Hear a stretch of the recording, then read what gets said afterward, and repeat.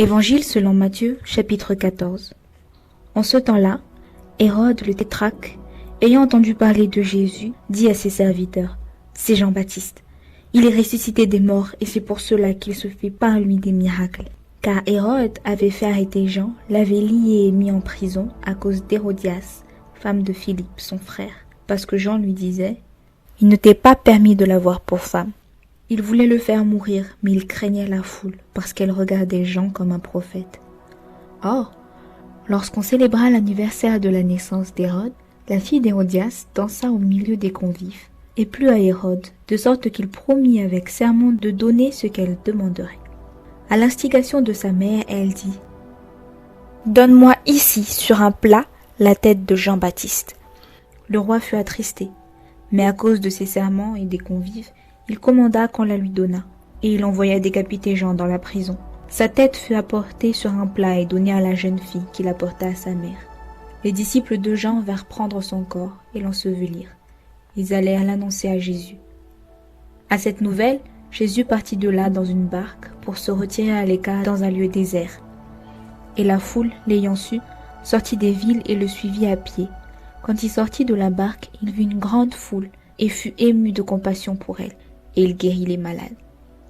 Le soir venu, les disciples s'approchèrent de lui et dirent, « Ce lieu est désert et l'heure est déjà avancée.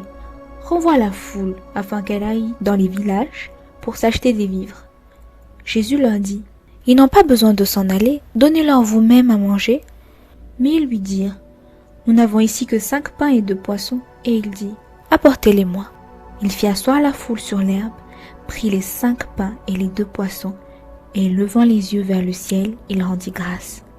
Puis il rompit les pains et les donna aux disciples, qui les distribuèrent à la foule.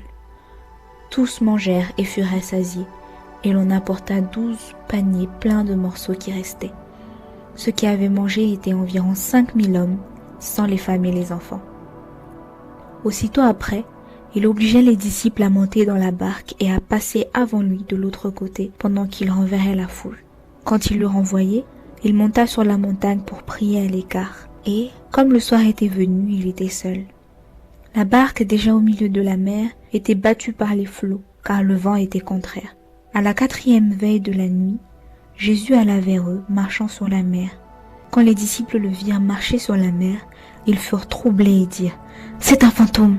Et dans leur frayeur, ils poussèrent des cris. Jésus leur dit aussitôt, « Rassurez-vous, c'est moi, n'ayez pas peur. » Pierre lui répondit, « Seigneur, si c'est toi, ordonne que j'aille vers toi sur les eaux. » Et il dit, « Viens. » Pierre sortit de la barque et marcha sur l'eau pour aller vers Jésus. Mais voyant que le vent était fort, il eut peur. Et comme il commençait à enfoncer, il s'écria, « Seigneur, sauve-moi !» Aussitôt Jésus étendit la main, le saisit et lui dit, « Homme de peu de foi, pourquoi as-tu douté ?» Et ils montèrent dans la barque et le vent cessa. Ceux qui étaient dans la barque vinrent se prosterner devant Jésus et dirent, « Tu es véritablement le Fils de Dieu. » Après avoir traversé la mer, ils vinrent dans le pays de Génézareth. Les gens de ce lieu ayant reconnu Jésus, envoyèrent des messagers dans tous les environs, et on lui amena tous les malades. Ils le prièrent de leur permettre seulement de toucher le bord de son vêtement, et tous ceux qui le touchèrent furent guéris.